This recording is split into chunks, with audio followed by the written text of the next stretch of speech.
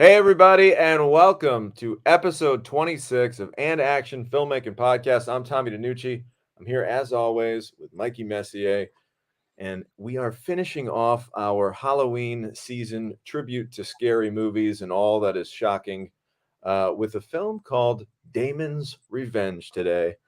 This was my first chance to act in a movie post-pandemic, so I was very fired up, really excited to get in front of the camera. We're going to get into all of that. But before we do, Mike, how you doing, brother? What was your feedback on last week's episode about the one and only Kane Hodder, the man behind the Jason mask? I think you got a very good positive feedback, Tommy.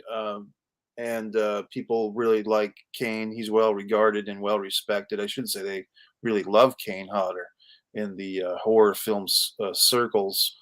And I think our show might have been a nice bridge to the mainstream audience. And for any of the fans out there who enjoyed the show, remember we have, I think, 24 other episodes in the can you can watch. And don't be shy about copying and pasting that URL right above our heads and putting that maybe over your heads because you're on the left usually, but put that out there into the world for us because any type of exposure for Tom DiNucci YouTube channel, subscribe to Mike Messier YouTube channel, MikeMessier.com, Woodhaven Media. That helps us tremendously. Yeah, we really appreciate that. I had a great time talking about good old Kane Hodder, reminiscing about him, and it was cool too. You know, when we post the show, we'll get a lot of comments, especially when we do the little promos on Instagram. And it was fun. You know, you have people. I had Kane Hodder's cousin reach out in a message and say, "Hey, what's up? Kane's my cousin. He's awesome." So it's fun. You never know who's going to watch these shows, and we had a lot of fun talking about Kane. One of the I think you could say like one of the godfathers of the horror movie genre. He's a made man, folks. So just checking in with some of our And Action team members here. We got Kim. What's up, Kim? Good to see you as always. Donna checking in. Hey, Donna, how you doing? We're excited to talk today about a little bit of a fun old fashioned slasher movie. But before we do that, let's chat, Mike. What have you been up to this week? You're settled in. You got back from Texas. You're back in Rhode Island now. Yep. What's been going on? Well, just how it is, Tommy. You go out of town for a while, you come back, you have a stack of just mail to look through and appointments that you push back. So I've been dealing with a lot of that, just basic humanity type of thing with certain appointments. But on a different note, but still film related, Avalonia Festival 7. Basically, this week is when I'm helping to announce all the winners of the short films, etc of the 7th Avalonia Festival. And Cool. I don't know if you can tell by my kind of peakish or pinkish hue today, Tommy. I didn't get much sleep last night because I was up both watching our featured film for this week and also helping with the website for the winners of Avalonia Festival, of which there's some great films, etc. Some stuff, a lot of stuff from New England is represented, which is nice again. And Cool, we'll have a live event on November 5th is what it's planned for. Well, you look terrific. So Thanks. you fooled us all despite your lack of sleep. Maybe it's the demonic factory backdrop that you've selected today. Maybe that's I actually selected that. I selected that to honor the movie. Actually, that's the sure. movie No, that I have. I think that's working for you. I think that the kind of creepy background is actually making your lack of sleep look even better up front. So good job on that. Checking in here, we've got Anna. How you doing, Anna? Welcome to the show as always. Tyler, what's up, brother? How you doing? Good to see you again. Stephen E, how you doing, my friend? All is well. We've got all of our friends here. Andres, what's up, brother? Good to see everybody. So I've been prepping my ass off, trying to get this movie off the ground. I'm about, I really can't say a whole lot because I'm going to get in trouble, but I'm a very short amount of time away from starting up on this movie. I'm not even really supposed to disclose when we're shooting, but it's coming real soon, and it's getting to the point where really every hour there's something like every hour is occupied in my day from when I wake up to when I go to bed. I'm really happy that we were able to get on this show because, frankly, this show is a form of therapy for me. I get on here, I get to reminisce a little bit, I get to talk. A lot of people don't know this. Mike is one of my best friends on the planet. I've known him for years now. We've been really close. this is really like my only time to hang with him every week. You know, we get on the show and we get to chat. So this is like not only great to make the show, but it's great to hang with Mike. It's great to hang with all my new friends here on And Action. So we've been prepping away, but I'm going to get right into it. We're going to talk about Damon's Revenge. Damon's Revenge is a movie that was directed by David Gear. We've talked about David on the show quite a bit. He's an interesting guy. He's a bit of a jack of all trades in the movie world. He's an actor, he's an artist, he's a behind the scenes guy, in front of the camera guy. But this was his first time directing a film. This is David Gear's directorial debut. And it's actually, believe it or not, it's kind of interesting. And maybe the And Action team can think of some examples of this.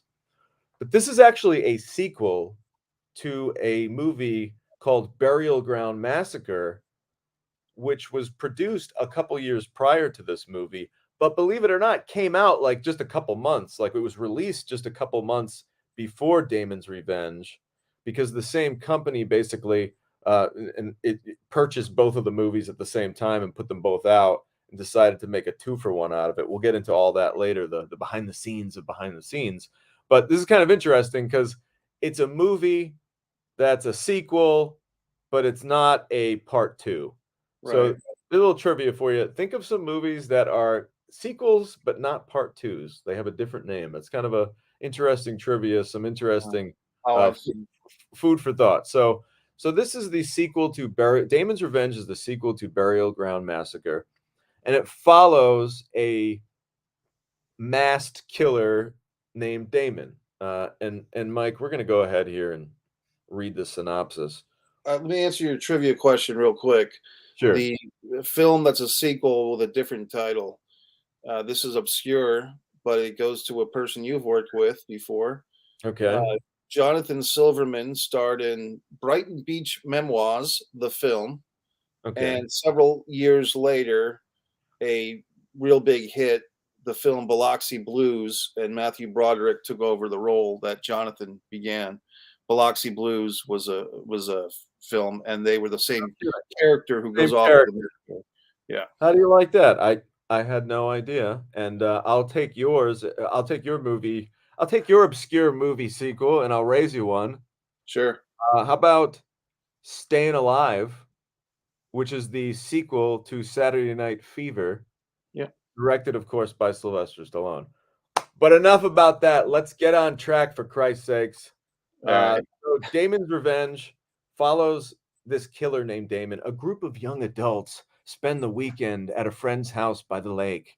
Joined by the local sheriff, the group encounters an escaped convict Native American chief, a copycat killer, and the return of a terrifying mass stalker, Damon. So, guys, that's the wrap on this film right here. And this movie was fun because it had, from a production standpoint, okay, Right. strictly talking from a production standpoint, me as Tom DiNucci, the actor, getting the job, getting to go on set, what that was like. That's kind of how we're gonna approach this. You know, people can watch the movie, and you know, movies are like flavors of ice cream. You know, some people like chocolate, some people like vanilla. Damon's Revenge isn't going to be for everybody. But today we're going to focus a little more on just the aspect of the film itself and kind of, you know, what my experiences were like. But before that, quick congratulations, Stephen E.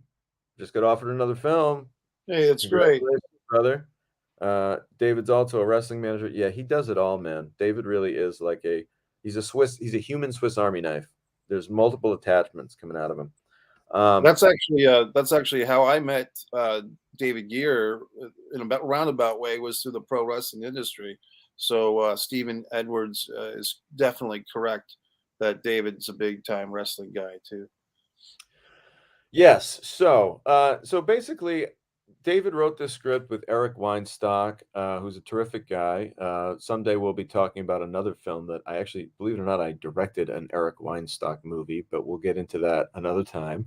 And this was an interesting cast. You know, they were able to kind of piece together your classic kind of some veterans, some good old war horses of the industry, guys like Michael Madsen, guys like a personal favorite of mine, Tom Sizemore, who Yes. we haven't really talked much about Sizemore on the show, but um, I've made 3 movies with Tom Sizemore now, and let me tell you, each time it is a very fun adventure, and Tom is a very interesting guy and someone who definitely always you always leave a Tom Sizemore encounter with a more exciting night than you had when you walked into it.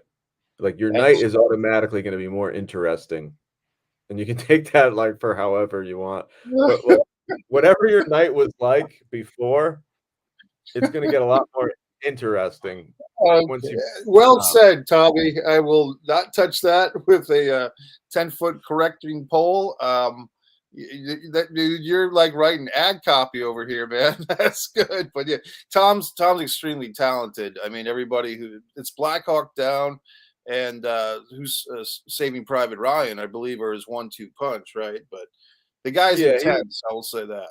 he's incredibly, incredibly talented, and as far as one of the cool things about working with Tom on Damon's Revenge was just watching him work, Yeah. and every actor's different, man. I've had a chance to work with a lot of really talented people, and it's funny to see people that, basically have different processes.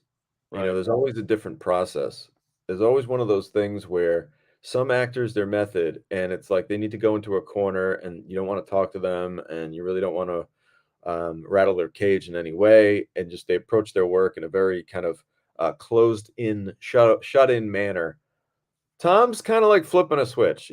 Tom will be hanging out by Crafty, chatting about Magic Johnson and his favorite Laker team from the mid '80s and or talking about football, talking sports, talking some random conversation, and then get pulled onto set and be able to just flip a switch and really carve up the dialogue and really do something very, very special with it. So Tom Sizemore is definitely one of those guys that uh, makes it look easy. I think that's the best way to put it with Tom Sizemore. Like, he makes it look easy. This was also another interesting movie because I got a chance to work with Robert Lasardo, Oh who yeah. Robert Lasardo is a very kind of iconic looking guy. Has a really you said intense about Tom Sizemore. Robert Yeah. Lasardo also shares that kind of intense quality. He's got these really unique tattoos. This was my first chance to work with him, and then I ended up directing him on Johnny and Clyde.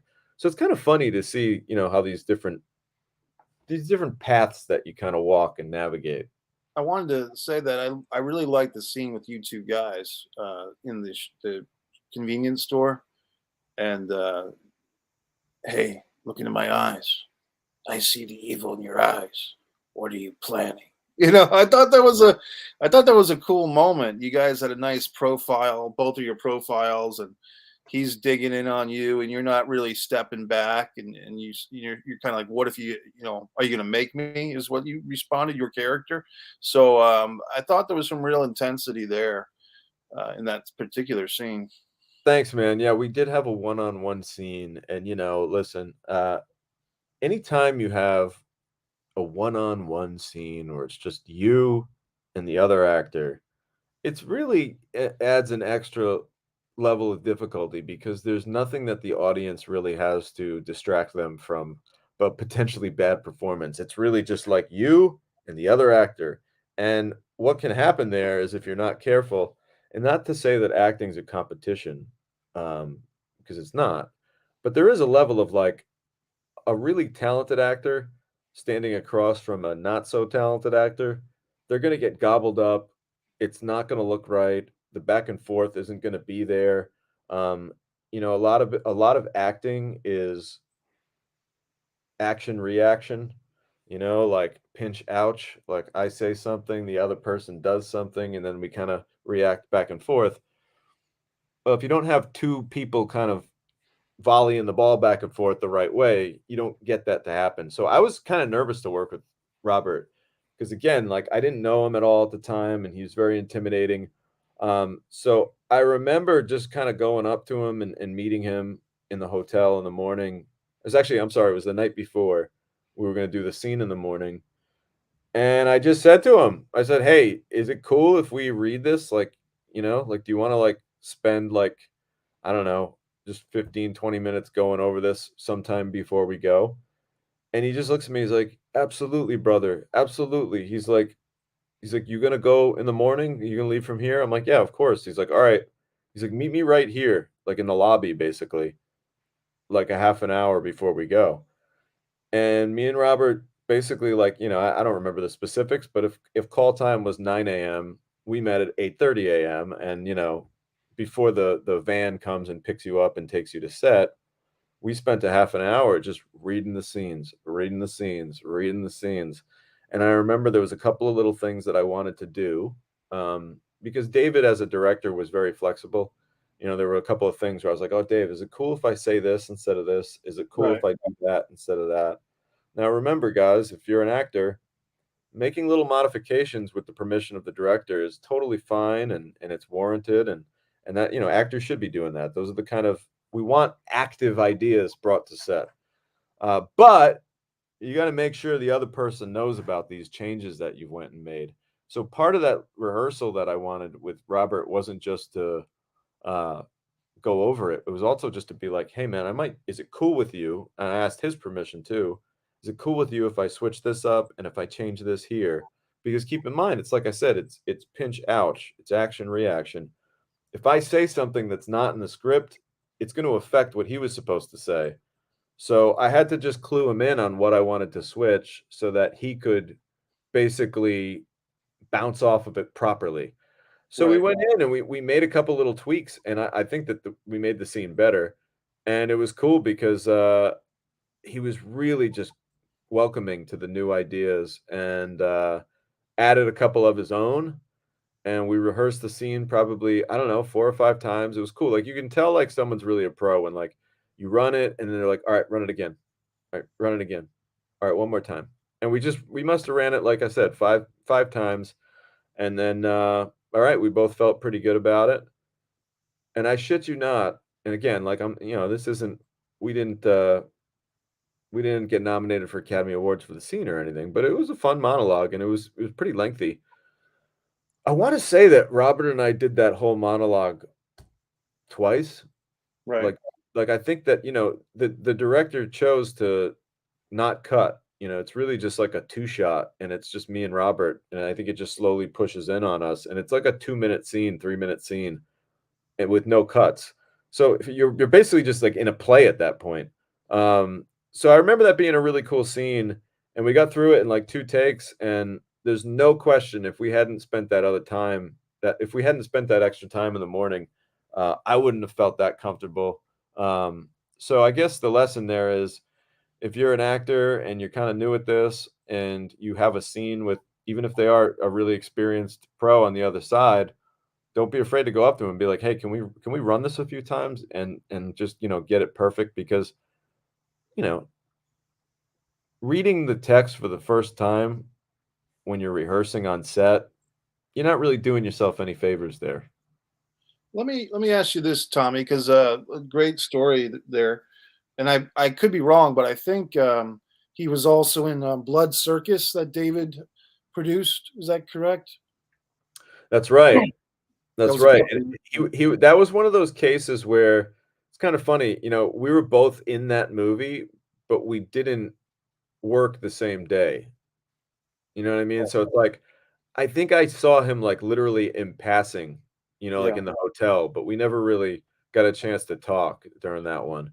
Um, My scenario for you, Tommy, and it reminds me of I was working on a movie that I believe you directed, The Making the Trick, and I was in a scene with an actor who's got a bigger resume than mine, more high profile. I believe his name is Federico, if I'm saying it right. He was on The Sopranos, really great guy, and you have obviously this is my big scene, but he's got many more scenes in the movie than I do. And we were both kind of on the set, and I saw him walking around, but it was the time of the pandemic. People are wearing masks, socially distancing outside and everything, but not to use that as an excuse because I would have had the same trepidation regardless. I was a little hesitant to approach him before our scene was filmed. And in my actory mind, I thought, well, that's because in our scene together, we're not going to have met before. We've never met each other, but we're suddenly put into a life and death situation against each other, not even as friends, but as enemies. So I thought, wouldn't it be fresher if I just be really actory and just do this on the spur of the cuff of the arm or whatever the expression is. And when we started doing the scene, some of that worked, but I think our timing was a little bit off because maybe he was rehearsing in a different way or not even rehearsing because he had so many other scenes in the movie. Yeah, if I could interject there, not to knock your method, but you ended up stepping on each other a lot, and it became a little bit of a problem, and I had to Yeah, tell you, "Hey, man, like, I love what you're doing, but you gotta give him time to get his lines in." And obviously, it's one of those things where I had to yell at you and not him because he's the sure. bigger actor. So, like, I Yeah, can't tell him, like, "Hey, don't be stepping on his lines," because you gotta yeah. play No, you gotta yeah. play that game. And But you and yeah, I are friends, and I get what you're doing because I know you pretty well by this point. And but but yeah, my there was some question, steppage there. Yeah. I said that to ask this, Tommy: is it the less known or less experienced actors' responsibility by default or decorum to be the one to initiate the go up to the more experienced actor and ask for some help with some pre-shoot rehearsals, or is that just play it by ear on the day of the set? Let's put it this way, I don't think any experienced actor is ever gonna get upset with you for trying to make the scene better. I would always take the shot and get turned down and have that guy or girl or, person. I'd rather have them get shitty with me and say, "You know what? I don't really have time for this. I got my own process." Like, I'd rather have them tell me no than to not know that I tried everything I could do in my power to make the scene as great as I could. Because here's the thing, like, and I understand and I respect your approach to it. We're like, hey, I wanted to make this fresh. Hey, I wanted this to seem like it's the first time we ever met. But the reality is, it's not, right? You're going to manufacture that scene several times, even if you just met for the first time right when we start shooting. You're going to do it 5, 6 times from several different angles. So that theory kind of gets thrown out the window. And I liken it to like a stand-up comedian. Stand-up comedians are really great about making every little move they make seemingly so natural. Like every time they stop and they say something and they go to their little chair and they grab the water and they drink it. Guess what? All that shit's methodically fucking timed out. All their little rest breaks, all their little moments where they stop, every little time they take a fucking drink of water. That shit is the same way in St. Louis as it is in Boston, as it is in fucking Dallas. Because this is an act and it's all methodically presented to fool you, the audience, to believe that it's happening for the first fucking time. And it's not. It's all a goddamn work. This whole thing is a work. So it's like, spend as much time as you can to rehearse because it's a fucking work. You're working people. You want it to be like, you should think of yourself like it's a grift, like Yeah. I'm trying to fool all these people into believing that this is really happening, you know? Great lesson there. I think that was a great lesson that we got in on this show. So that's cool. Damon's Revenge. Back to Damon World. Let's see what the end action folks are saying. Stephen E says, you even see Stallone wearing that fur. Oh, Oh man. I love the Stallone Travolta push in the beginning. The Yeah, the there's a great standoff. little cameo there. I love that fur. Let's bring fur coats back for everybody. Crazia says, question, can Chad Verdi be a guest of a one-day talk show about business and film? I can't speak for Chad. He's a super busy dude. But I'm sure you could reach out to him. But I know he's always got a million things going on, making He's got movies. a vineyard among other projects, I believe. Tough. It's just tough to get a hold of him because he's always working hard. Let's see here. Stephen E. Some words don't roll off the tongue. Crazia says, some directors will tell you up front it's okay to tweak the words a little to make it your own. Absolutely. This mystery movie that I can't really talk about. I just had a call with one of the manager to one of the stars in the film, and that was actually one of the questions. They said, "Hey, are you one of those directors that minds if so and so?" tweak some dialogue to make it more comfortable for them to say. And I said, not only do I encourage that, I'm excited to think that that person's putting that much effort in to kind of want to tailor make the role for themselves. So the answer is absolutely, please do. Good And answer Tyler, on your part to that one. oh yeah, of course. And Tyler, appreciate that, brother. Um, yeah, I mean, listen, if an actor is going to make it their own and say words are funny, right? Some Right. people can say certain words better than others. It rolls off the tongue better, whatever. If it's more comfortable for the actor to say, and I believe that they're saying it for the first time and they mean it, and it's saying the same thing context wise, you'd be kind of fucking crazy to be like, no, it must be said this way.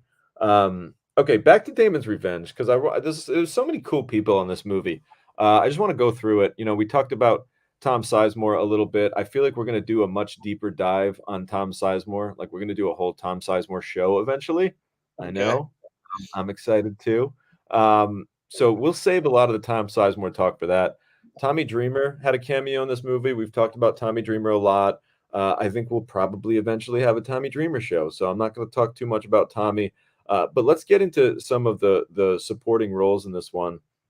Well, actually, let's stop and talk about Chelsea Vale. Big nod to Chelsea Vale in this movie. She worked really hard to put this one together. She kind of wears many hats, as they say. She was in front of the camera playing the lead, and she did a terrific job. Had a lot of physical scenes, had a lot of emotional scenes. Had to, as they say, run the gamut of emotions in this one, and some physical stuff and stunts and action and things like that. So Chelsea did a great job, and a lot of people have to just focus on that. Well, she was doing that and producing the film. Right. Um, basically like doing everything from making sure that all the actors have everything that they need and are comfortable, making sure that the wardrobe is going to show up and that the lunch is going to show up and that everybody's fed and happy and things like checks are written and crews getting paid and casts are getting paid. So she had a massive job on this one. And I think that you're going to see a lot of great stuff out of her in the film. Let me say this about Chelsea because I've worked with her a few Jump in, times, jump in. including in the manor. She had a scene with me in the really a bloody scene, and it just goes to show she's so dedicated to the film world. She's willing to do a lot of crazy stuff, and I've seen her in action, so to speak, behind the scenes.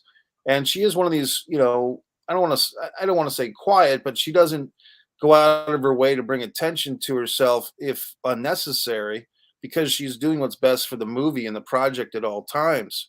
And it is nice to see someone like that, in this case, Chelsea, who works hard, get that opportunity to be front and center as the lead in the picture. And I thought she did a great job. Yeah, I couldn't agree with that more, Mike. She is a very modest and kind of humble. She's a humble person, for somebody who kind of does as many things as she does and is able to do a lot of things, make a lot of things look easy that if anybody else tried, they'd be like, shit, this starring in movies stuff is really fucking difficult. Yeah, it is. And try producing a movie while you're doing it. So she's a really hard worker, great ability to multitask, and like David Gear, the director, very very multifaceted people. And you're gonna find that in the world of independent film, you're gonna have to be multifaceted, and a lot of the successful people, like we're talking about here, they have the ability to kind of do more than one thing because you can't always rely on other people. You got to be able to say, you know what, if I had to, I could do that myself. And I think that's what David and Chelsea really have going on. Also, from a production standpoint, it was fun to work with Chad Verdi Jr. on this one and Paul Luba. They were both there, making sure that this movie ran at a certain level. It was fun to work with them. They just kind of make me feel good as an actor. Like as an actor, I don't know. I'm gonna go on a really weird walk here mentally, and I'm Go a ahead. video game. I'm a video game nerd, so bear with me. But as an actor, when I'm on set, I have like a health meter, and there's like a health meter, and there's like a creativity meter right Okay. below my health meter. And as I get tired, my health meter goes down, and it starts to it goes from like green to bluish, and then it starts to get red. I'm starting to get tired. But then there's the creativity meter, and I think the creativity meter is probably the color green. So it's a bright, bright green, and then it slowly starts to fade as I get tired or whatever.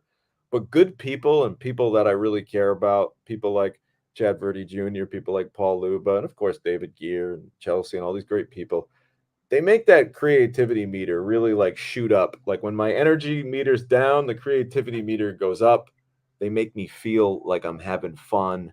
And that kind of energy automatically lends itself to great performances and a great energy on set. So I'm really fun thinking work. of The Legend of Zelda when you go and you see the fairies and they. I find their energy revitalizing, and it certainly jacks up my creativity. From another production standpoint, a great thing David Gear did on this movie is just like this movie again. Like we're not talking numbers here. This isn't a film finance show, but this was Right. not a big budget. This was not a big budget at all. And if you look at tons of locations, they really stretched it out in terms of like making this thing look bigger. David is a bit of a celebrity in the Connecticut area in his hometown of King of Cromwell. Cromwell, I think I've labeled him. Yeah, he's the king of Cromwell, and a lot of the neighboring towns too. Middletown is near there, and They all uh, pay homage to the same king of Cromwell. Yes. yeah, yeah. And if David wants to get something done as far as lock a location or get a cool car that he needs for the movie, it's very easy for him to do it in his backyard, so to speak. So David really used all parts of the Buffalo while making this movie. Um, quick backtrack. I want to talk about some of these cast members. Hannah Dannelly did a terrific job playing this like kind of crazy, super fun-loving girl who has a bit of a dark side. I had a lot of fun working with her. She's a very cool person, and it was fun to see her shine in this movie and kind of, get a chance to really. I think this was her first. I think she had been in other movies, but certainly nothing to this level. So it was great to see her get a big opportunity and make the most of it and do a great job. She got all For the meat off the bone for this one. She really did. So kudos to her. I know exactly who you're talking about. And before we even went on the air, I think I thought she was really good. Yeah, she's fun to watch in this movie. She makes what could have been like, I don't want to say cheesy because that's not the right word, but like it wasn't an easy part to play, and she made it pretty cool.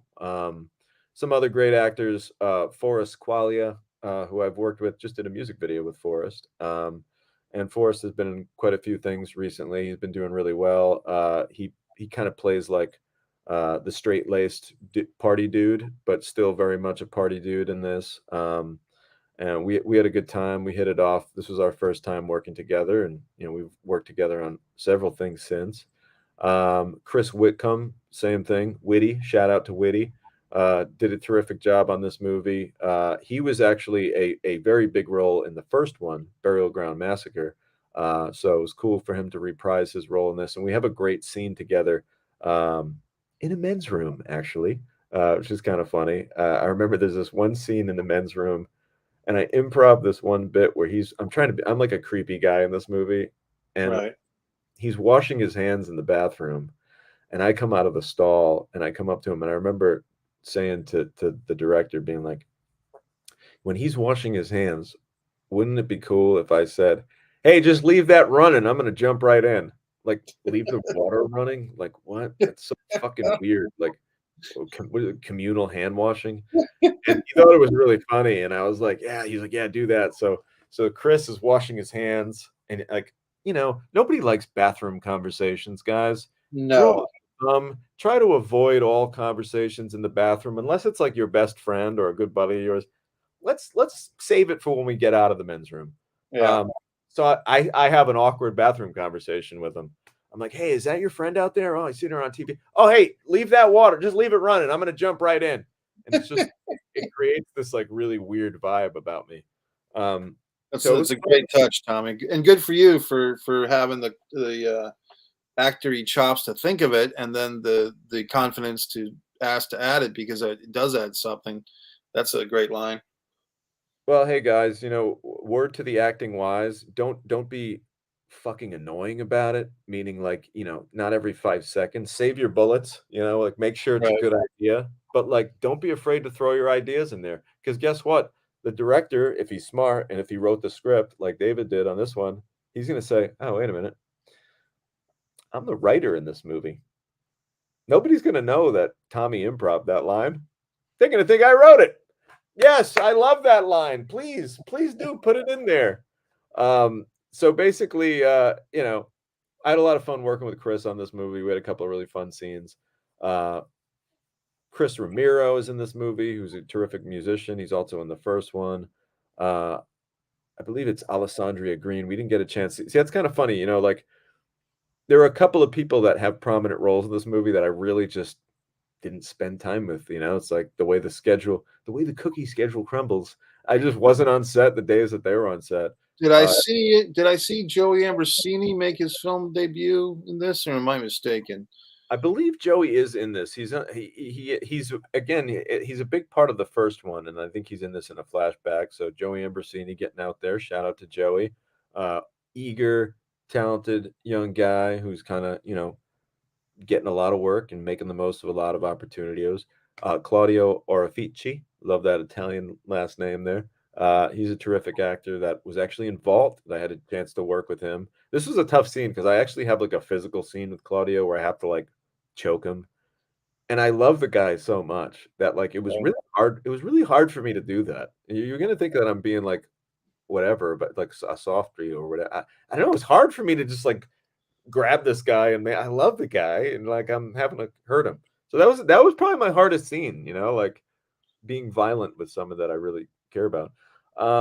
Let's talk a little bit about, a couple of the, to me, not to talk about what the movie lacked, but I think this is like something that it lacked and it actually did a pretty good job of hiding it. There weren't a lot of blood effects in this horror movie. Usually when you think horror movies, you think gore, blood effects, guts. It's been the topic of some of our shows over the last few weeks over our Halloween season. Right. Uh, this one lacked a lot of that, and I'm not sure if that was a decision made by David. I'm not sure if that was maybe they were trying to make it more enticing to be picked up on TV. It's just not that gory of a horror movie. People certainly die and you get bodies be dropping, but there's not those classic like throat slit, blood everywhere, oh Big my kills. god moments. So But I like a big kills, so to speak. Lack of big kills, but I do think, and this is again, I'm not trying to make a left-handed compliment out of it, but I do think that despite not having those moments, they did a really good job of building the tension so that it's almost like, yeah, you don't get that big gory moment, but you're waiting for it, waiting for it, waiting for it, and something does eventually pay off because we start losing characters. Um, Anna says the director sets the mood on the film set and on the stage. Good point. Absolutely. Absolutely. I was talking with an actor yesterday, actually, a veteran, and he said, this is kind of an interesting quote, and I'm still kind of chewing on it. But he said, you can tell what kind of show it's going to be and what kind of director you're dealing with within like 5 minutes of sitting with the director. Like I can get a read on Okay. how this is going to be, meaning, and he meant that, and it was a very multifaceted statement. He meant it in the sense like, how much creative slack I'm going to get, how much ability to kind of do my own thing am I going to get, am I going to have the chance to improv, is it going to be fun, are we going to be laughing a lot, is it going to be very serious, what kind of person are you? So it's interesting that you say that, Anna, because they do set the tone, and even veteran actors that have been doing this for 25 years, it impacts them. There's an effect there that the director has on the tone of the set. Um, so yeah, getting back to, we talked about David and how he's kind of really great at pulling together these locations. We shot the majority of this movie at a very beautiful, picturesque, I want to say lake house, but it really wasn't a lake house. It was technically a river house. It was a house on a river, but it was very picturesque, and it was one of those things where um, perfect setting for if you're a bunch of 20 somethings and you want to have a party, like this is where you'd want to do it. And I remember there was these steep, steep, steep steps that looked like I'm not with OSHA personally, but I don't know how these fucking steps would have ever passed any kind of building code. They were like straight fucking down. And I'm talking like, you know, 4 or 5 flights of stair, like long, steep steps that went down to the river. Luckily, I didn't have any scenes down there, but it was just like a really great location. The sun would set directly above the kind of lookout area. There'd be these kind of, I don't want to say mountains, but hills, really nice hills that would kind of sun would set over this river. So picturesque. Not a Visual bad, landscapes. yeah, very much so. And Mike, wouldn't you say like I'd say they depicted that pretty well in the film. Yeah, I think the film had a nice sense of atmosphere. I mean, it inspired me to change the background of my, appearance here today just for the novelty of it. But yeah, the film definitely has a different feel to it. Just for the clarification for those that don't know, what does OSHA stand for? Mike, I don't know exactly what OSHA stands for, but I know that they're the people that are in charge of giving things like building codes and Okay. permitting things. I didn't know that we were going to dissect my building code joke that No, deeply. I like the joke. I just want to make sure everyone understood it. Um, It's basically like the health commission of yeah, buildings. what does OSHA look? I mean, you got an internet. You could have looked that up. No, I wanted to ask you, buddy. You trying to call me out on my lack of OSHA. It stands for, let's find this out, Occupational Safety and Health Administration. So Right? I'm glad we squared that away. Yeah. And I believe that is a national company nationwide. God bless. But back to Damon's Revenge. Really cool lake house. Enjoyed shooting there. One of the unique parts of this movie, Mike, you might notice in the third act, a helicopter shows up. Yeah. Now, this was one of those privately owned helicopters, which, there's no such thing as a small helicopter. I mean, a helicopter is pretty fucking sizable to begin with. This lake house had a small patch of grass to the right of it, like, a backyard, basically. Yeah. Really, not even a backyard, a side yard. And I remember saying to myself, like, wait, so there's a helicopter coming? And they're like, yeah, the helicopter's going to come. I go, where's it going to land? They go, right there. I go, it's going to land right there? They go, "Yeah, that's the landing pad." It's not a fucking landing pad. It's a goddamn side yard. That's where you play wiffle ball when you're a little kid. You don't fucking land helicopters there. And they say, "Oh no, this guy does it all the time." The homeowner is actually a, well-to-do fella, Right. and I believe he works in New York City, and this was in Connecticut, and sometimes he'll take his helicopter, like, to work. Like, he'll fly them into the fucking city in his helicopter. I'm like, "Are you a superhero? Who the fuck is this man?" Yeah. Um, so sure enough, there I am, and I just look up and they're like, "Okay, the helicopter's coming. It's gonna land now."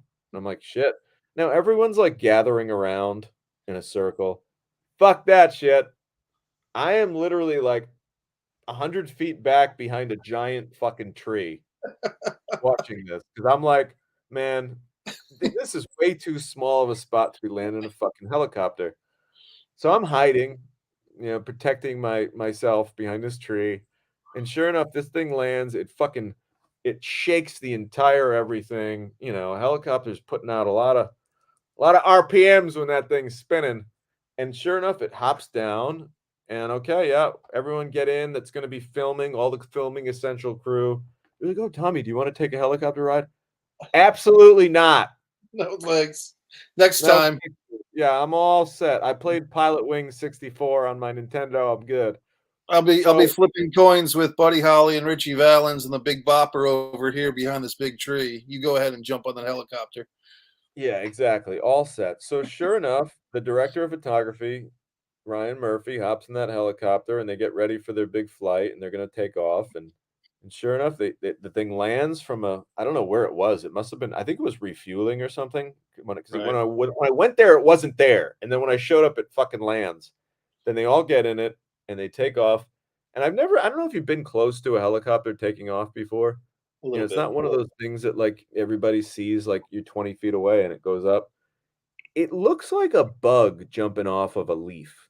Like, it hops. Like, the first I remember thinking that, like, that initial takeoff was really just like it was like a big leap, just kinda like, and next thing you know, it's just fucking up, and I'm like, "God damn, look at that. Those motherfuckers are over the river right now." And it happened really fast, they got their shot, and it added some production value. Kind of a funny story that made everybody laugh. I'm not a big fart joke guy, I'm really not, but I have to say it now. I'm gonna say a fart joke. This is the first fart joke in 26 episodes of And Action. So the helicopter lands. Now, part of the deal was the guy whose house it was, who also owns the helicopter, he's gonna be in the movie too, right? Yeah, Right. it's something that happens a lot. Little favors are sprinkled in the movie business, like, "Hey, can we use your house? We'll pay you this for a location fee, and, oh, we'll put you in a movie. You can be an Right. extra or whatever." So, out of the helicopter comes, like, a couple of these, like, bodyguards with, like, guns, you get to carry a gun kind of a thing. It's gonna be Tom Sizemore's on the ground. These guys get out of the helicopter, and I think Tom Sizemore, like, has a gun on him, is like, "Freeze, motherfucker!" or like, whatever, kind of a Right. thing. So this guy gets out of the helicopter. This is the homeowner now. This is the dude, right? He gets out of the helicopter. And when he gets out of the helicopter, he turns and the engine's shut off, right? So it's quiet because you got to do that for sound. Otherwise, you wouldn't be able to hear a fucking thing with those things spinning. So it's quiet as a mouse. It's quiet as can be. He gets out of the thing. Tom Sizemore puts a gun on him. And this guy just rips ass so loud. He just rips like the loudest fart. And everyone, like, just starts laughing, like, they try to hold it, but they can't. Just like he couldn't hold it. Sure. Sizemore breaks down, everybody starts laughing, and the guy was so fucking embarrassed, like, you had to feel for him, you know what I mean? Like, it's his Yeah. house, it's his helicopter, he's getting his big chance to make his debut in the movie, and he gets out, he's all tough guy with the gun, and Oh, gee whiz. and everyone's just like, "Ah, ah, cut." Yeah. So that was So to probably speak. one of the I mean, Mm. talk about a fart. If like a fart in church or a fart on a movie set. Well, I mean, I'm glad that it didn't escalate and that he wasn't so well, sort of he wasn't so embarrassed that by the laughter of the cast and crew, which it's unfortunate, but it's human nature, and I'm glad that he was at least a good sport about it to get through the I situation. mean, hey, let's put it this way, he was laughing too, I mean, he knew it was funny, and I Right. guess, if anything, just the guys in the helicopter can be fortunate that he didn't fart inside the helicopter because there's nowhere to go if you let it rip in there. Yeah. Well, fresh air does wonders for that type of situation. Yeah, so we've just lost all of our live viewers, and we're Yeah. gonna continue on. No, I'm just kidding. I had to tell that story. It was kind of funny. All right, we're gonna wrap this thing up. There's a couple of other fun stories that I really don't uh, want to miss out. One thing was just from an acting standpoint. I know we got a chance to talk about some great acting things, and real quick before we move on, Andres cracks me up. He's always there for a good emoji, and he's got the fart one repping. Um, so I had to act with a mask on a lot in this movie. So to prepare for that, I got a chance to wear it a little bit before and just kind of like walk around the hotel a little bit, just kind of like see what it was like, freak people out, just kind of like go up to the hotel clerk and just kind of like be there with it on and they'd be freaked the fuck out. And what I learned about acting with a mask on is that everything you do must be slow. Uh, you know, because this mask was really cool. It was designed by, I believe David Gear actually designed the mask and he painted it up and might have had some help with that, but he had a big part of it. It had features. The mask itself was kinda cool. It had, like, these high cheekbones, and it had kind of like a frowning face and these, like, slots where the eyes would go. So it kind of had features in a sense when and if you, like, moved your head a certain way and just tilted your head a certain way, like, the features would almost seemingly react. You know what I mean? Like, you could almost there were ways to bring the mask to life, like, and I remember just taking the mask and, like, looking at myself in the mirror in several different ways from several different angles, trying to find out, like, where the sweet spot was, And I will say this, there are a couple of regrets. There's one scene in the movie where I flipped the mask up like a visor, thinking that that would look cool, like it was like a welding mask. And in retrospect, I was like, "Nah, I should have just taken it completely off." Once you like I it's almost like showing the seams to a puppet. You know what I I mean? see. It was almost like once I showed the construction of the mask underneath, I feel like it lost its power. So I don't know if anyone is ever gonna play a masked character in the future. Don't take it off halfway. Have that shit either on or off. The second it's halfway, it loses its power. That was actually my one regret in this movie. Like I wish I didn't half mask myself, you know? That's that's uh that's a really good lesson, Tommy, because I think a lot of people, if they do hear that lesson, if they end up in a horror film with that type of mask, remember what Tommy said. It's either on or it's off. A half masked villain is not any threat to anybody.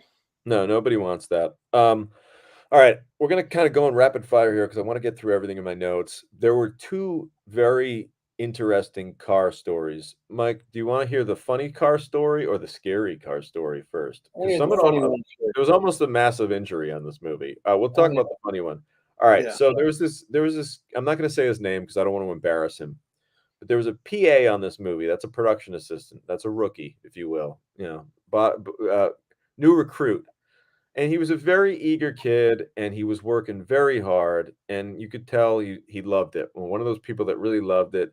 But sometimes, and I don't know if anyone's experienced this, sometimes you can be a little too eager, and you're almost trying a little too hard, and you almost want to say like, "All right, you got the job. You're here. Calm down now and make sure that you can do it properly and not, you know, freak out and make a mistake." And sometimes people want to impress the bosses so much that they work so fast and so hard. And what do you need? That they end up rushing and fucking something up. And then it's like, well, now you're not impressing anybody. You actually, your whole fucking plan just backfired. Right. So this kid had some of those qualities where like I genuinely liked him, but he was very young and very eager and a little too eager. So I remember he came up to me and he had this brand new Wrangler, and I got to give the kid credit. He's like, "Oh, I've been saving up for a couple years at summer jobs, all that shit. Finally bought myself this Wrangler. I fucking love it." And I had a Wrangler when I was younger, so I was like, "Oh, no, it's a really cool car. I love it." And we bonded over the Wrangler, and then there's a scene in the movie where sometimes on these smaller films, a crew member's car will become the picture car. Why rent a car for a few $100s when like, oh, we just need this car for one scene. This guy's got it. Hey, can we use your car? All they got to do is drive down the street. Yeah, no problem. So I remember we were at one location, moving to another location, and this kid goes to, I almost said his name. He goes to me. He sees the lead Hannah and he sees Chelsea about to drive off in his Wrangler, and he looks like he saw a ghost. Like his face is white. He looks fucking horrified. He's looking at the Wrangler and he goes, "They're good drivers, right?" I go, "What?" "They're good drivers, right?" I go, "Mitch." Oh, I just said his name. Oh well, I go, "Buddy, I have no idea." I go, I don't know. I know Chelsea for a little while. I just met Hannah. I have no idea what kind of drivers they are. Don't put that on me. I don't know. Well, they're not gonna crash the car, right? I doubt it, buddy. I highly doubt it. They're driving down the road. They're going to a location. They're not gonna crash the car. Don't worry. You got nothing to worry about. So he's freaking out, thinking these girls are going to trash his car. Nothing goes wrong. It's all good. He gets in the car. It's safe. They shoot the scene. Later that day, Eager Beaver has to go get the lunch order. So he takes his car. He's going to get the lunch order. He's rushing. He's rushing. He's zooming around. He's texting while he's driving. He's trying to be a hero. He's doing eight Right. things at once, and smash, he rear ends someone, Oof. and his Wrangler, I don't want to say he totaled it, but like an hour later, after accusing these girls of, are they bad drivers? I don't know, a little bit of maybe borderline, a little sexist, like, I don't know if these girls can drive my car kind of thing. Sure. Well, an hour later, you front ended yourself. So maybe you shouldn't be worrying about if the girls can drive, and maybe you should keep your eyes on the fucking road, pal. Yeah. So that was kind of a funny story. I Oh boy. hated to laugh at him, and here's the thing, and I want to say, like, I would never even remotely be making light of this if he got hurt in any way. He did not. He was Right. fine. It wasn't And even like it wasn't even an airbags deploy kind of a thing. It was right. literally like a, when you hit it just right and it looks a lot Friendly like, cap. yeah, but of course the poor bastard. The worst part is it was less of a body damage. Like the food went all over the inside of his car, and yeah. So maybe it was karma for accusing women of being bad drivers. Well, That's my take. the kid learned a valuable lesson. Karma is a what do they say karma is? And uh, I feel bad for him. I think like just however old this kid was, I'm guessing somewhere between 16 and 23 or 24. I think it was like 23, 24. Yeah, it just sounds like kind of new to the world, and sometimes you grow up with these stereotypes. Women are bad drivers, ha ha ha, and so your mind is developed by your atmosphere, and that's been kind of a running joke for as long as I've been alive. So Well, we'll give him. clearly he's the joke in this case. Oh, But let's move on to a little bit more of a serious issue on this movie. So we were filming at a golf course, and the golf course was going to double as a road because it actually had roads that on camera would look like an actual street. Because again, what do they always say in the car commercials? This was on a closed course with a professional driver. You want a closed course. If you're making a movie, don't go trying to do fucking car stunts on a regular street that's not locked off. That's very dangerous. So we had a closed course, and we were in a very, very jacked up Mustang. It was like, one of those supercars, basically. It had a lot of work under it. It was not stock, as they say. It was a supercar. And they're whipping around in this supercar and they're getting shots. And Ryan Sweeney, the director of photography, is basically hanging out of the side of the fucking thing, shooting. And they get all their shots. It's a wrap, right? Second camera unit is packing up. First camera's packing up. And I'm like 300 yards away. Not even really in eye shot of this. I'm just on set waiting for my shit to happen. And I hear like, "Woo, wah, woo," and like I hear like donuts, like a smoke show, right? yeah. And then I hear all the smoke show sounds and screeching, and then I hear smash, boom, and I'm like, whoa! And everybody that was like 300 yards away, we all we knew that's a crash. Like that's not just like a tap. Like it sounded like an explosion. I can't really put it. It sounded like a big, big boom.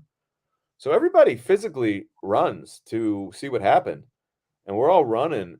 And sure enough, that souped up supercar is cracked. I don't want to say in half, but the front end is fucked and in pieces. And the stunt driver, I don't know his name, and I'm not trying to put his business out in the street, but we had gotten what we needed to get, and he got a little macho and a little, let me show you what this thing can do. And I'm not accusing Ryan, who's a good buddy of mine, but he is a car guy, and who knows if, oh, get on it a little bit, let's see what this thing can do, kind of thing. They got on it and they almost swerved off of this road, and there was an embankment. And had they like went the wrong way, I'm telling you, this could have been fucking tragic because Right. Ryan didn't have a seatbelt on because he was filming. He was hanging out the side of the window. The car could have flipped down this embankment and literally crushed Ryan to death. It was very scary. Thankfully, nobody got hurt, and the only thing that got hurt was this guy's ego. The stunt driver's ego was hurt because now his expensive car is smashed into dozens of pieces. Poor David Gear, I think the guy was his friend. David's like running down. Like I remember just one of my visuals was this poor bastard. Listen to this, the stunt driver. His wife's there.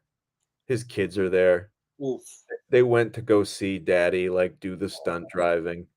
Yeah. Now, wife, 2 kids, rest of the crew, they're back at, like, the base camp. This guy does the proverbial walk of shame with his vehicle, creeping, Oh, putt-putting back in, things all fucked up. I see David walking behind the car, holding the front end of the fucking car. Like, literally, like, like just shaking his head, like holding a massive piece of an engine because these fast cars are really light, so you Yeah. can hold the massive piece that he's just fucking holding and walking. And this poor bastard gets out of the car, and his wife laid into him so bad. Like, "You stupid bastard, what the fuck are you doing? Why did you do that?" Because this guy just, I mean, it was classic macho shit, like, did not need to do that. It was not part of the stunt. So, that's kinda my, wraparound to this whole story is, like, it's sad because the incident not that it would be better if it happened during the stunt, but it didn't even happen during a stunt or any kind of danger. It was literally brought upon himself. So, moral of Or the smart. story is, yeah, don't fuck around on movie sets. This isn't a time to jack your ego up. And, I'm not trying to sound like a dick. I mean, again, like I'm Right. glad he got hurt, but like it was a waste of time. Like that wasted like probably 30, 40 minutes, cleaning up all the pieces of his car off the road. David, the poor guy, I think David had to get in a car. David might have had to follow this guy to the garage and give him a ride because I don't think he wanted to drive it. I think they had to tow it. It was a massive fucking problem. So don't fuck around is the moral of that story. As we check in real quick here. Anna, you have a great week. We will see you soon. I love a little Stories community. like that, Tommy, are why I've never been tempted to be a bungee jumper or many other. I've never really wanted to be a motorcycle rider. There's just things that probably are fun and probably are cool, but if they're not in a real safe way, it's why I don't play basketball in Russia. You know what I mean? Like I tend to stay away from those choices that could lead to an accident or some type of issue in my life. Well, you know what it is, Mike? You and I are similar cats, and we're very creative and we're very passionate about things, but we can sometimes take our eye off the ball Sure. once in a while. And I'm the same way. I don't do dangerous shit like that because, like, I know I'm not the best attention payer, and I know that I'm not the best like checkbox safety checkbox. We got all the guidelines. I've got all the parameters down. I know I'd get myself fucking killed. I would be trying to take a selfie on my motorcycle. I would crash into a fucking building. So yeah, I'm like you, Mike. The easiest way to avoid those situations is to not put yourself in them at all, Mike. At all. That's all. Nobody Becoming says it. Nobody ever Felipe says it at Manchaco here. all. I won't put myself in those situations at all. Leap Um, Lanny with the poetry of wrestling. Yes. yes, yes. So overall upshot on this one, hey, look, I think David Gear did a great job of putting this one together and pushing the production value and using all the resources the best that could. He did a lot with a little. And in a way, how can I say this without trying to sound like I'm trying to dunk on this kind of movie or the genre? But I feel like the world needs movies like this. The world needs movies that people can just kind of put on. It reminds me of something that, yeah, maybe I've grown out of this now at this stage in my life, but this reminds me of the kind of film that when I was in my early 20s, I'd order a pizza and pack a bong up and rip that bong and eat a couple slices of pizza, maybe crack a beer and watch this movie and just yell at the TV and just have fun with it. And almost like you're watching a sporting event. Like, no, don't go in that room. What are you doing? No, you're Right. gonna get killed. That kind of fun shit where you just kind of in a weird way, Mike, it's almost got like a Rocky Horror Picture Show aspect to it, where like the audience on films like this, the audience is almost the sixth man off the bench, and they are kind of part of it because they get to be a part of the whole ride and just immerse themselves in it. Well, when I did Hard Luck with Mario Van Peebles, 15 years ago, he described that film before we even shot it as a popcorn movie. And I didn't quite understand what he meant by that. But what he meant is this is a movie, you sit there with a bucket of popcorn, you have fun at it, maybe even laugh at some scenes, or yeah, yeah, that's not going to happen in real life. But not every movie has to be Sophie's Choice or Citizen Kane, and nothing. Those are great films I just mentioned, but not. There's plenty of room in the film world for everything, uh, including Damon's Revenge. And here's my next question, Mike, and I guess the question really is for David and Chelsea and Chad Verdi Jr. and Paul Luba and the team behind this movie, will there be a Damon's Revenge Part 3? Because keep in mind, if you watch the end of the movie, Damon's still lurking around, Chelsea's character's still alive. My character never really disappears officially. So there's still some elements as far as, getting that third one out there. Who knows? There's certainly. Uh, there's enough characters alive in the world to write a third one and make it if they wanted to. Wouldn't you agree? Yeah, there definitely is, and that's what I kinda like about, certain films that sometimes you see a series this doesn't happen often, but sometimes the series of films gets better with the sequels, and Sure. that's always a possibility too, so we'll see what happens with this. Well, let's put it this way. If I got the call to reprise my character of Johnny in Damon's Revenge 3, I would be there with a smile on my face because the reality is, remember what we talked about, that little energy meter of creative juice and fun. It was pretty high the whole time I was there, and I really enjoyed myself. And it's kind of fun. You might not realize this watching the movie, but I think I was only there for 4 or 5 days. I think I worked for maybe 4, probably 5 days in total on this movie. So, uh, sometimes these short stays, like I said, there for maybe less than a week all told, uh, I'll never forget these times as long as I live. It's kind of funny how that works. You're there for 4 or 5 days, and it creates a lasting image in your mind. So It a lot kind of of fun. Go kinda go ahead. seems like it gave you, if I could, perhaps a feeling like you're back, on the Incubus or, your first one there, self-storage. It kind of felt like getting back to your real grindhouse, low budget, let's make a movie, blood, sweat, and tears, staying up late, having some fun. It kind of feels like maybe a throwback. Would that be accurate? It had a lot of energy. The set had a lot of energy, and it is accurate because, like you said, Mike, when you have a lot of, young, eager filmmakers on set putting together a piece of art, you're gonna have a lot of high energy, and this movie certainly had a lot of that. And it made the late nights a little easier to kind of stay awake for. We shot a lot of overnights on this one, and a lot of late night drives or early morning drives back to the hotel, and but all worthwhile. We created a nice movie that I think people can have some spooky Halloween fun to. So that about wraps it up for Damon's Revenge. We'll keep you posted on a third one. We've got some good news and bad news for you. I'm about to make this film. Again, I can't really say a whole lot about it, but we are going to go on a little 3-week sabbatical and take a little break from and action. We might hit you with some bonus content over that period. But while I'm directing this film, I just don't think I'm going to be able to have time to kind of carve out to do the show and create the notes. There's a lot more behind the scenes that goes on to make these and cut all the promos together and things like that. So um, we can't thank you enough for all the time that you spent with us over these last 25, 26 weeks. We will be back. We are not going anywhere. Like I said, this is really just a little break that we're taking while I go make this movie and while Mike finishes up some of his film festival stuff. But we will be back.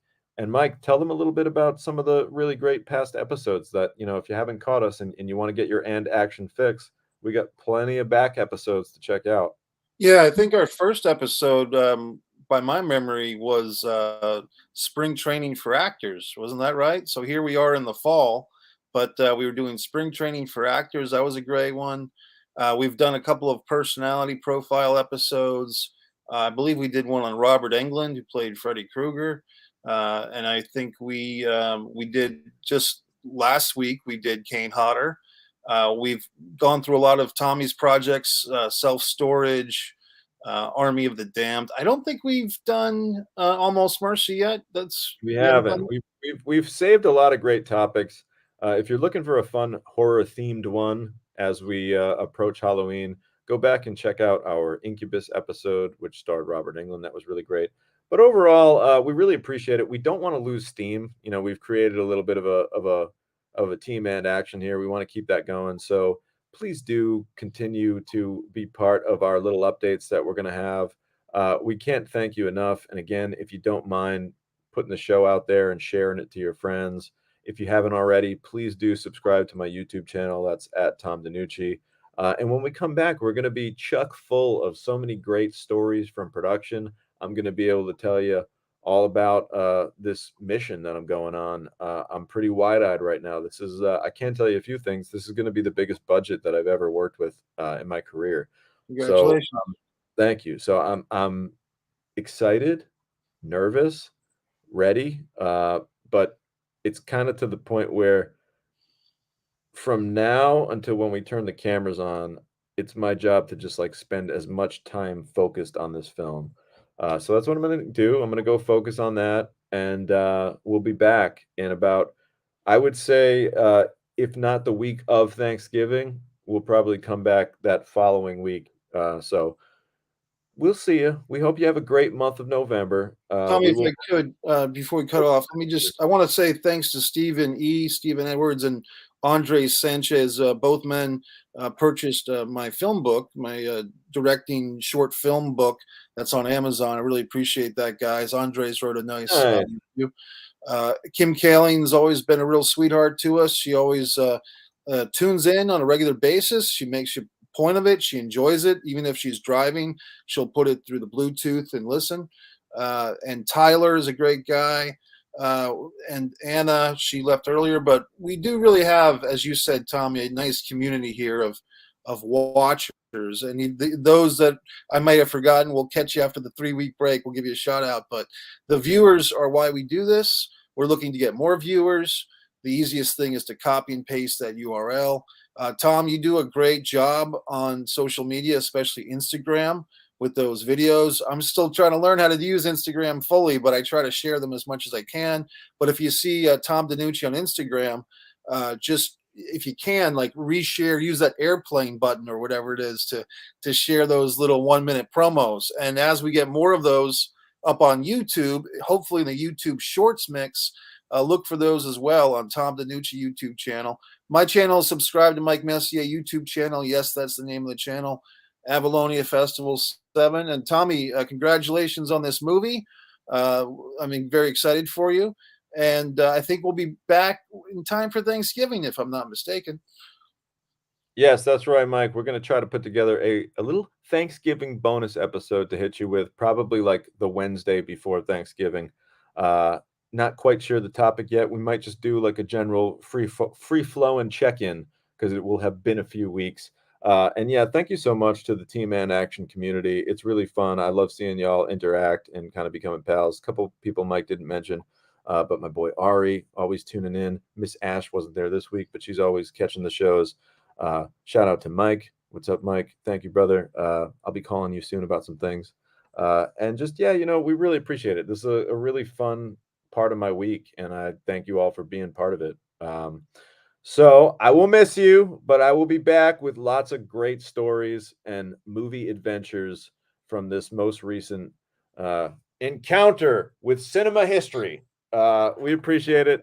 Please subscribe, share, get the word out there, and have a great month of November. We'll catch you soon.